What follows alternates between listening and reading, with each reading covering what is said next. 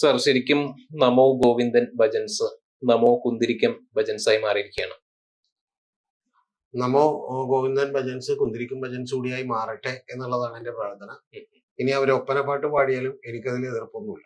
പക്ഷേ ഒരു വലിയ വികാര പ്രകടനമാണ് ആളുകൾ നടത്തിക്കൊണ്ടിരിക്കുന്നത്. അല്ല, വലിയ വികാര പ്രകടനം ആളുകളൊന്നും നടത്തിയിട്ടില്ല. ശരിക്കും വന്നിട്ടുണ്ടെങ്കിൽ നമ്മുടെ നാട്ടില് കുത്തിത്തിരിപ്പ് വഴി എങ്ങനെ ഹിന്ദുക്കളെ സംഘടിപ്പിക്കാം എന്ന് വിചാരിക്കുന്ന കുറെ ആളുകൾ മാത്രമേ ഈ പറയുന്ന പണിക്കിറങ്ങിയിട്ടുള്ളൂ. അതിൽ നമ്മുടെ പ്രിയപ്പെട്ട വിഷകല എന്നറിയപ്പെടുന്ന ശശികല കൂടി ഉണ്ട് എന്നുള്ളത് മാത്രമേ ഉള്ളൂ.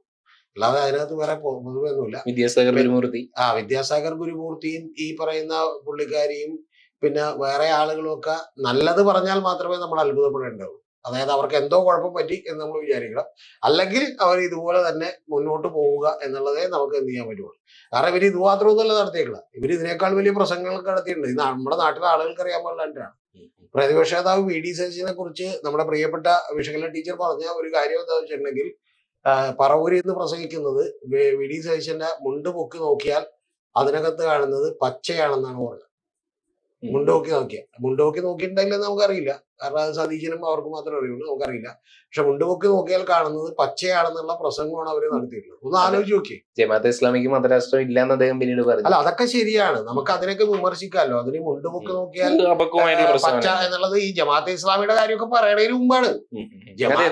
ജമാഅത്തെ ഇസ്ലാമിയുടെ കാര്യം പറയുന്നതിന് മുമ്പാണ്. നിങ്ങളത് മനസ്സിലാക്കണം. പിന്നെ അതിന് മുമ്പ് ഉണ്ടായിരുന്ന ആരോപണം എന്താ? അവിടെ BJP-ക്കാരുടെ വോട്ട് മേടിച്ച് സൈസ്യം ജയിക്കുന്നു എന്നുള്ള ആരോപണമാണ്. മനസ്സിലായ? ആ സമയത്താണ് ഈ പ്രസംഗം നടത്തിയിട്ടുള്ളത്. ജമാഅത്ത് ഇസ്ലാമിക്കാരുടെ ഒക്കെ പറഞ്ഞതിന് ശേഷം നമ്മൾ അത് മാത്രമല്ല, കുറെ നാളുകളായി ഒരു കൊല്ലമൊക്കെ ആയിട്ട് നമ്മൾ പറയുന്നത് നിങ്ങളുടെ താഴെയുള്ളത് കാക്കി കളസാണ്, പച്ച കളസാണെന്നൊക്കെ നമ്മൾ എന്ത് ചെയ്യും പറയും. അങ്ങനെ ലൈറ്റർ സെൻസി പറഞ്ഞോട്ടെ, കുഴപ്പമില്ല. പക്ഷെ പ്രധാനപ്പെട്ട കാര്യം ഇതിനൊക്കെ മുമ്പ്, അതായത് ഇത്തരം കാര്യങ്ങളിലേക്കൊക്കെ നമ്മുടെ സമൂഹം എത്തുന്നതിന് മുമ്പ്, ഇതൊരു ഐക്കണായി കളസം മാറുന്നതിന് മുമ്പ് തന്നെ പറഞ്ഞത് മുണ്ട് പൊക്കി നോക്കിയാൽ കാണുന്നത് പച്ച ഇന്നർവെയർ ആണ് എന്ന് പറഞ്ഞിട്ടുള്ള ലെവലിലുള്ള അതിഗംഭീരമായിട്ടുള്ള ദിഷണാപരമായിട്ടുള്ള പ്രസംഗങ്ങൾ നടത്തിയിട്ടുള്ള ഒരാളാണ് ശശികല എന്ന് പറയുന്നത്. പിന്നെ ഗുരുമൂർത്തിയുടെ ഒരു കമന്റ് ഫേസ്ബുക്കിൽ ഉണ്ടായിരുന്നു. അതെന്താണ്? കുന്തിരിക്ക ഭജൻസായി മാറിയിരിക്കുന്നു എന്തൊക്കെ പറഞ്ഞു. അല്ല, ഞാൻ ചോദിക്കുന്നത്, ഈ നമോ ഗോവിന്ദൻ ഭജൻസിൽ പെട്ടിട്ടുള്ള വ്യക്തികൾ അവരെന്തെങ്കിലും പറഞ്ഞിട്ടുണ്ടോ തങ്ങള് BJP-ക്കാരാണെന്നോ? നന്ദഗോവിന്ദ ഭജൻസ്. അത് തന്നെ, നന്ദഗോവിന്ദൻ ഭജൻസ്. അവരെന്തെങ്കിലും പറഞ്ഞിട്ടുണ്ടോ തങ്ങൾ ഈ പറഞ്ഞ പോലെ BJP-ക്കാരാണെന്നോ, തങ്ങൾ RSS-കാരാണെന്നോ, അല്ലെങ്കിൽ തങ്ങൾ ഈ പറയുന്ന പോലെ ഹിന്ദു ഭക്തിഗാനങ്ങൾ മാത്രമേ പാടുകയുള്ളൂ എന്ന് അവരെന്തെങ്കിലും പറഞ്ഞിട്ടുണ്ടോ? അല്ല, അതിന്റെ പിന്നിലൊരു കാര്യമുണ്ട്. ഞാനിവരെ വിമർശിച്ചുകൊണ്ടൊരു വീഡിയോ ചെയ്തിട്ടുണ്ട്. ആ വിമർശിച്ച എന്താണെന്ന് വെച്ചിട്ടുണ്ടെങ്കിൽ, അപ്പൊ എനിക്ക് വേണ്ട ക്രൈം ഓൺലൈനിലായിട്ട് കിടക്കുന്നുണ്ട്. അത് പിന്നെ ഇടയ്ക്ക് വെച്ച് നിർത്തേണ്ടി വന്നു ആ വീഡിയോ. അത് വേറെ ചില കാരണങ്ങളൊന്നും. ഇതിന്റെ പ്രധാനപ്പെട്ട വിഷയം എന്താണെന്ന് വെച്ചാൽ, ഈ നന്ദഗോവിന്ദം ഭജൻസ് അടക്കമുള്ള ഭജനകൾ, അത്തരത്തിലുള്ള ഒരു ദൈവിക ഭക്തി കുറെ കൂടി ഉത്തേജിപ്പിക്കുന്ന രീതിയിലുള്ള കാര്യങ്ങൾ, അതെല്ലാം വരുന്നത് RSS-നും സംഘപരിവാർ രാഷ്ട്രീയത്തിനും ഒക്കെ ഗുണകരമായിട്ടുള്ള ഒരു കാര്യമാണ്. വളരെ സീരിയസ് ആയിട്ടുള്ള ഒരു ഇഷ്യൂ ആണിത്. കാരണം ഇപ്പൊ നമ്മൾ ബലികുടീരങ്ങളെയും അതുപോലെ നിങ്ങൾ തന്നെ കമ്മ്യൂണിസ്റ്റ് ആക്കി എന്ന് പറഞ്ഞ നാടകങ്ങളൊക്കെ കൊണ്ടാണ് യഥാർത്ഥത്തിൽ ഇവിടെ കേരളത്തിൽ കമ്മ്യൂണിസം എന്ത് ചെയ്തത്? പച്ച പിടിച്ചത്. കാരണം എന്ന് വെച്ചാൽ KPSC നാടക സമിതിയും അവരുടെ വലിയ തെരുവ് നാടകങ്ങളും ഇത്തരത്തിലുള്ള വലിയ കലാ സാംസ്കാരിക പ്രവർത്തനങ്ങളും ഒക്കെ ഉണ്ടായിരുന്നു. അപ്പൊ അത്തരത്തിലുള്ള ഒരു കലാ സാംസ്കാരിക പ്രവർത്തനങ്ങൾ യഥാർത്ഥത്തിൽ ഇത് RSS-നെയും സംഘപരിവാർ രാഷ്ട്രീയത്തിനും ഒക്കെ ഗുണകരമായിട്ടുള്ള ഒരു കാര്യമാണ് ഈ നന്ദഗോവിന്ദൻ ഭജൻസ് എന്ന് പറയുന്നത്. രാധതൻ പ്രേമത്തോടാണോ കൃഷ്ണ, നീ പാടും ഗീതത്തോടാണോ, ഏതിനോടാണ് നിനക്ക് ഏറ്റവും ഇഷ്ടം എന്ന് ചോദിക്കുന്ന പാട്ടൊക്കെ നമ്മൾ അവർ പാടി കേൾക്കുമ്പോൾ നമ്മളിങ്ങനെ ശരിക്കും അലിഞ്ഞില്ലാതെ അത് കേട്ടിരുന്നു. പക്ഷെ അത്തരത്തിലുള്ള കാര്യങ്ങൾ കേട്ടിരുന്ന് പോകുന്നതിന്റെ ഉള്ളിൽ കൂടി ഈ വിശ്വാസവും അതുപോലെ തന്നെ ഭക്തിയും അമ്പലങ്ങളും ഒക്കെ തന്നെ സൃഷ്ടിക്കുന്ന ഒരു പരിസരത്ത് നിന്നുകൊണ്ട് ബിൽഡ് ചെയ്യാൻ കഴിയുന്ന ഒരു രാഷ്ട്രീയമാണ് യഥാർത്ഥത്തിൽ RSS-ന്റെ സംഘപരിവാറിന്റെ ഒക്കെ രാഷ്ട്രീയം. ഇത് നിങ്ങൾക്ക് ഇപ്പൊ ഞാൻ ഇത്രയും ലളിതമായി പറഞ്ഞ മനസ്സിലാവില്ല. ഇത് നമ്മൾ വളരെ ഡീറ്റെയിൽഡ് ആയി ഡിസ്കസ് ചെയ്യേണ്ട ഒരു ടോപ്പിക്കാണ്. ഒരു 1/2-3 മണിക്കൂർ എടുത്ത്. കാരണം ലോകത്തെവിടെയും നിങ്ങൾ ശ്രദ്ധിച്ചു നോക്കിയാൽ കാണാം, അപ്പൊ കമ്മ്യൂണിസം ഉണ്ടാവുന്നത് അല്ലെങ്കിൽ മറ്റേതെങ്കിലും ഉള്ള ഐഡിയോളജി, റൈറ്റ് വിങ് ഹിന്ദുത്വ ഐഡിയോളജികൾ വളർന്നു വരുന്നത്, അല്ലെങ്കിൽ റൈറ്റ് വിങ് ഐഡിയോളജികൾ വളർന്നു വരുന്നത്, ഇതിപ്പോ സ്വീഡനിലാണെങ്കിലും ഡെൻമാർക്കിലാണെങ്കിലും മറ്റു സ്ഥലങ്ങളിലൊക്കെ ആണെങ്കിലും ശ്രദ്ധിച്ചു നോക്കിയാൽ കാണാം തീവ്ര നിലപാടുകാർ വളർന്നു വരുന്നത്, ബ്രിട്ടനിൽ ഇപ്പോൾ വളർന്നു വരുന്നത്. ഇതിനെല്ലാത്തിനും തന്നെ ഇത്തരത്തിൽ ഒരു കലാ സാംസ്കാരിക മേഖലകളിൽ ഉണ്ടാകുന്ന വ്യതിയാനങ്ങൾ വലിയ തോതിൽ സഹായിക്കും. ആ സഹായിക്കുന്നതിന്റെ ഭാഗമായിട്ടാണ് ഇത് ഉണ്ടായിട്ടുള്ളത്. പക്ഷെ അപ്പൊ അവരാണ് എന്ത് ചെയ്തത്?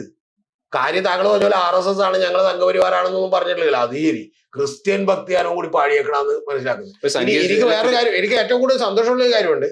ഇവരുടെ ഒപ്പം ചേർന്ന് നിന്ന് രാഷ്ട്രീയ സംഘടന ഉണ്ടാക്കി പ്രവർത്തിക്കാൻ നിന്നൊരു പാർട്ടിയാണ് കാസ എന്ന് പറയുന്നത്. കാസ എന്ന് പറയുന്ന ആകെ 90 മെയിൽ ഐഡിയുള്ള ഒരു പാർട്ടിയാണ്. പക്ഷെ എങ്കിൽ പോലും ഞാൻ പറയുന്നത് ഈ കാസക്കാർക്ക് ഇപ്പൊ എന്ത് പറയേണ്ടതെന്ന് എനിക്കൊന്ന് കേൾക്കാനുണ്ട്. അതായത് ഒന്ന് ആലോചിച്ച് നോക്കണം, ഒരു അമ്പലത്തില് അതും ആ അല്ല നന്ദഗോവിന്ദ അവര് എനിക്ക് ഉറപ്പാണ് അവരുടെ മറുപടി എന്ന് പറയുന്നത് അമ്പലത്തിൽ ഈ പറയുന്ന പോലെ ക്രിസ്ത്യൻ ഭക്തി കാണുന്നതിന്റെ ആവശ്യമില്ല. അതായിരിക്കും അതെന്താ അവരുടെ മറുപടി കുഴപ്പമൊന്നുമില്ല. അതായിരിക്കുള്ളൂ. അതെന്താ കുഴപ്പമൊന്നുമില്ല. നമ്മള് കുർബാനക്കിടയ്ക്ക് നമ്മൾ ഈ പറയുന്ന പോലെ ഗണഗീതം പാടും. കുർബാനയല്ലല്ലോ ഇത്. അല്ല അവരങ്ങനെ ആയിരിക്കും അല്ല പറയുന്നത്. ഞാൻ അല്ല അവരുടെ വാക്യങ്ങൾ അങ്ങനെ ആയിരിക്കും. ഞാനൊക്കെ അമ്പലത്തിൽ പോയി അമ്പലത്തിലെ ഗാനമേളകൾ കേട്ട് വളർന്നിട്ടുള്ള ഒരാളാണ്.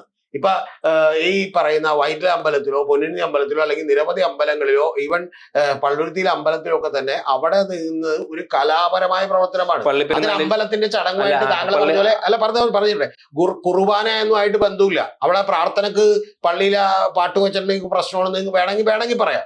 പക്ഷെ അല്ലാതെ അവിടെ നടക്കുന്ന ഒരു പൊതുപരിപാടിയാണ്. ആ പൊതുപരിപാടിയിൽ നന്ദഗോവിന്ദ ഭജൻസ് പാടുന്നതിന് മുമ്പ് തന്നെ വളരെ കൃത്യമായി പറയുന്നുണ്ട്, ഇത് ഇത്തരത്തിൽ ഇവിടെ വിളക്ക് തെളിയിക്കുമ്പോൾ പള്ളികളിലും വിളക്ക് തെളിയിക്കും, അങ്ങനെ നമ്മുടെ നാട് വളരെ സാഹോദര്യപൂർണമായി ജീവിക്കുന്ന ഒരു നാടാണ് എന്നുള്ളത് പറഞ്ഞുകൊണ്ട് അവർക്ക് വേണ്ടി ഡെഡിക്കേറ്റ് ചെയ്യുന്നു. എന്നെ പഠിപ്പിച്ചിട്ടുള്ള സിസ്റ്റേഴ്സും അവരുടെ ബന്ധുക്കളും ഒക്കെ തന്നെ ഈ പാട്ട് കേൾക്കാൻ വേണ്ടി വന്നിട്ടുണ്ടാവും. അപ്പൊ അവർക്ക് വേണ്ടി ഡെഡിക്കേറ്റ് ചെയ്തുകൊണ്ട് ഞാനൊരു പാട്ട് പാടുന്നു എന്നാണ് പറയണം.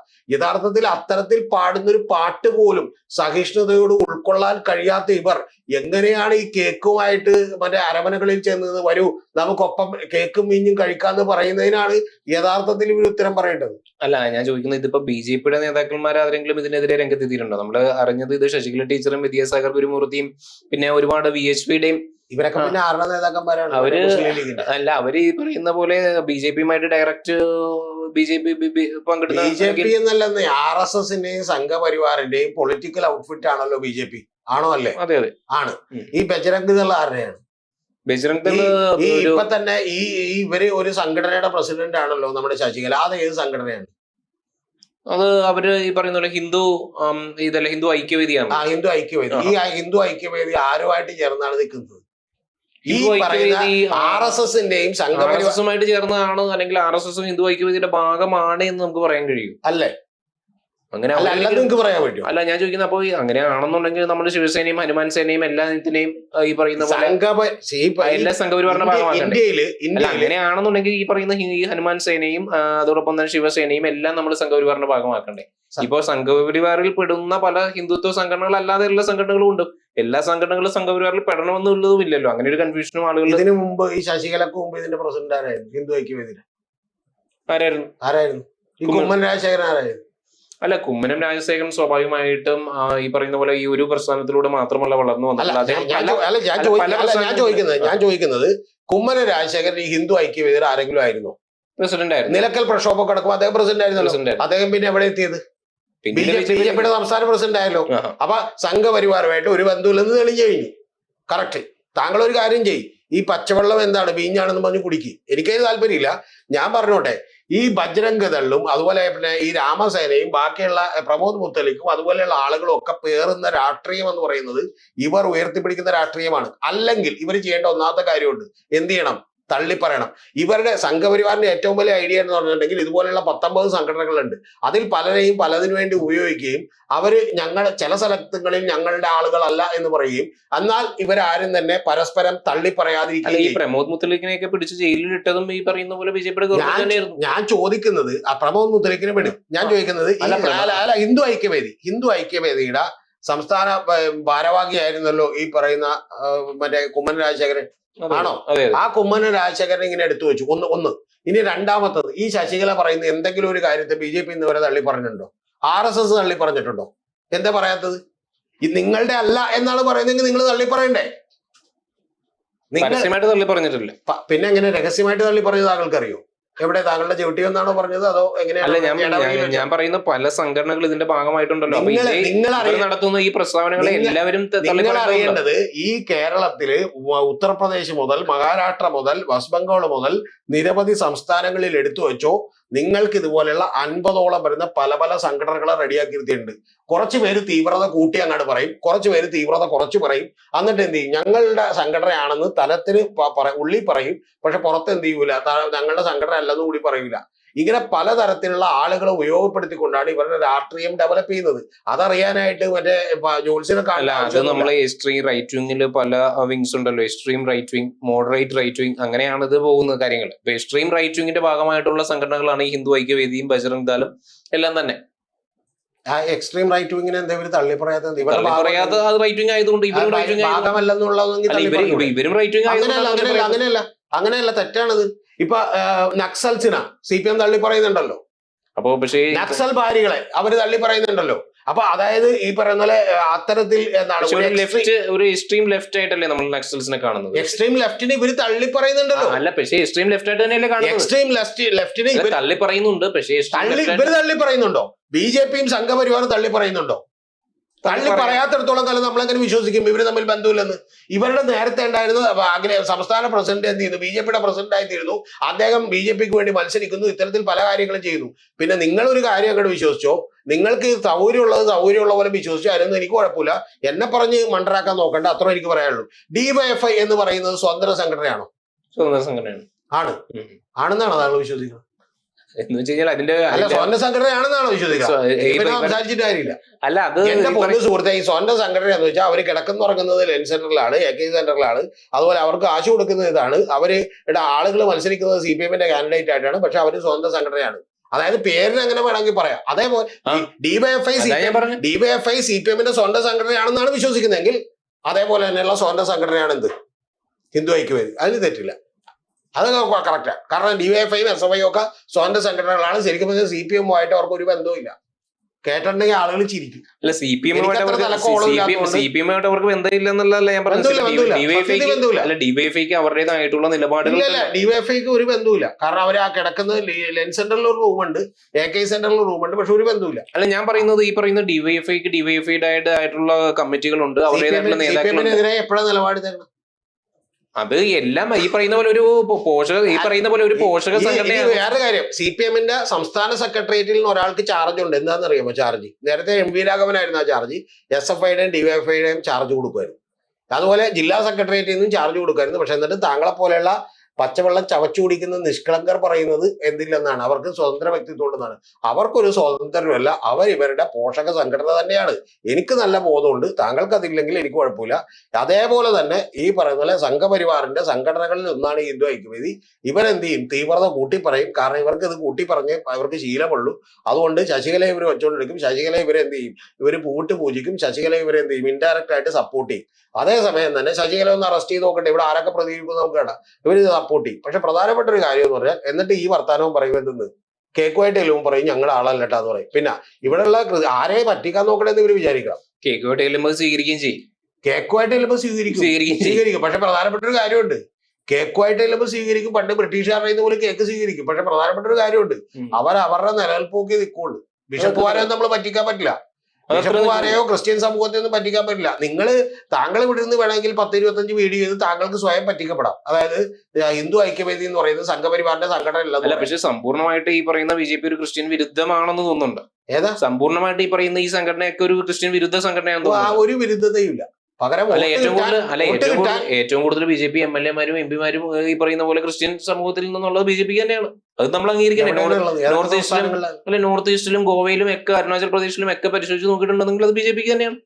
അപ്പൊ ഒരേ സമയം ഇത് രണ്ടും വെറുതെ അങ്ങനെ ഡയലോഗ് ഇട്ട് പോലെ അത് പെട്ടെന്ന് ഓടി പോലെ ബസ്സിൽ പോലെ ഞാൻ കൈ കാണിച്ച് നിർത്തവിടാ. എനിക്ക് ചോദിക്കാനുണ്ട്, ഗോവയിൽ എങ്ങനെയാണ് BJP MLA-മാരുണ്ടായത്? MLA-മാരുണ്ടായത് എങ്ങനെയാണെന്നെങ്കിലും BJPക്ക് MLA-മാരുണ്ടല്ലോ. BJPക്ക് MLA-മാരുണ്ട്. അറിയണമല്ലോ. അതറിഞ്ഞാലല്ലേ കൃത്യമായിട്ട് എങ്ങനെയാണ് അവരോടൊപ്പം ചേർന്ന് മനസ്സിലാവുള്ളൂ. അല്ലാതെ അവർക്ക് കുറെ MLA-മാരുണ്ടായി എന്ന് പറഞ്ഞാൽ അവർ ഈ പറയുന്ന പോലെ കോൺഗ്രസിൽ നിന്നാണ് പോയി. എന്തുകൊണ്ട് പോയി അതും കൂടി അറിയണം.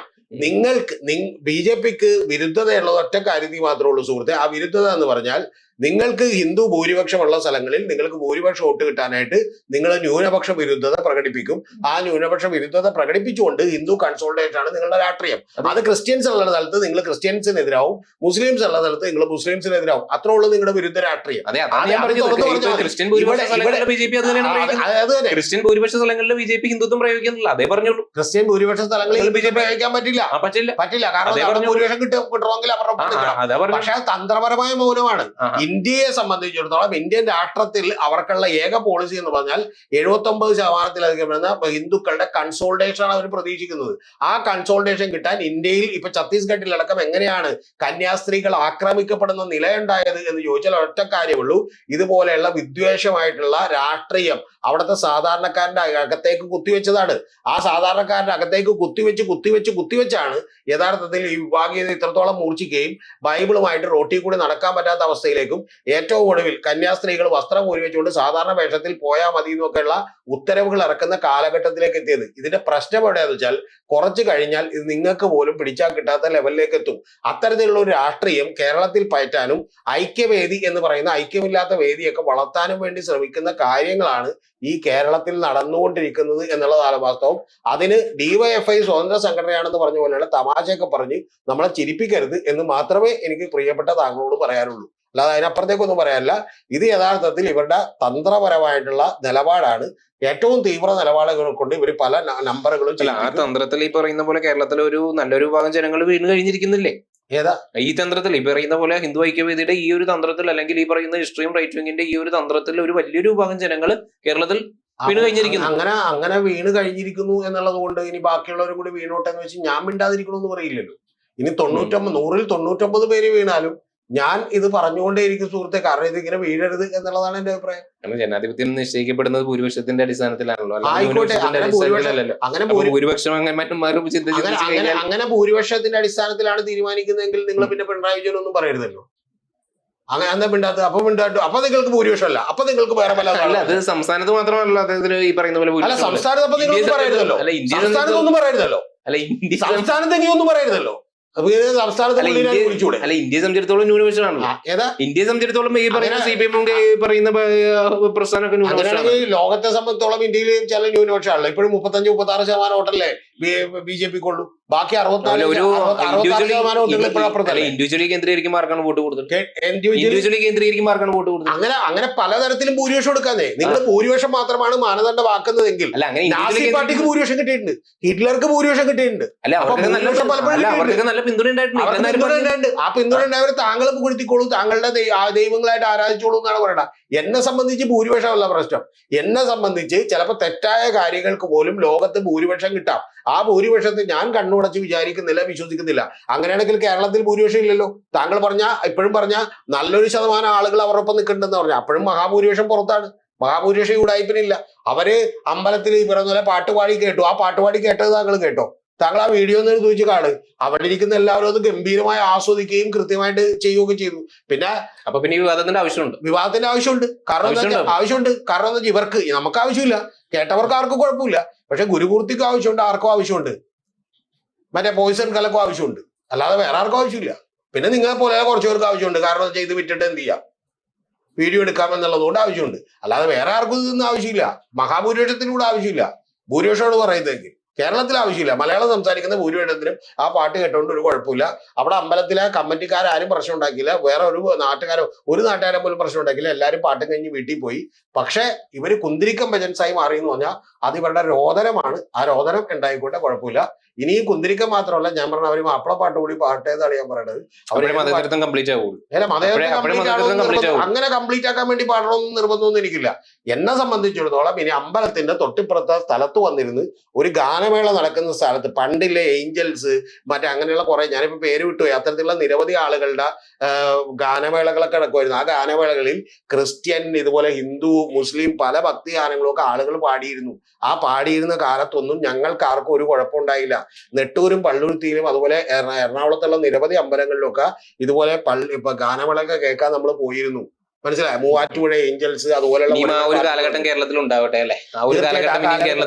കാലഘട്ടം ഉണ്ടാകാൻ കുറച്ച് പ്രശ്നമുണ്ട്. കാരണം താങ്കളും അതുപോലെ തന്നെ ഗുരുമൂർത്തിയും പിന്നെ ഇവരൊക്കെ ഉള്ളത് കൊണ്ടുള്ള ചില പ്രശ്നങ്ങളുണ്ട്. അവർക്കൊക്കെ വലിയ മൈലേജും വലിയ പ്രാധാന്യവും ഒക്കെ വാർത്തകളിൽ കിട്ടുന്നതിന്റെ പ്രശ്നമുണ്ട്. അത് ഒഴിച്ചു വെച്ചാൽ വേറെ പ്രശ്നമൊന്നുമില്ല. ഇവിടെ ആർക്കും ഒരു പ്രശ്നമില്ല. ഇനി ഇവരെ എന്ത് പാട്ട് പാടിയാലും ഇവിടെ പ്രശ്നമില്ല.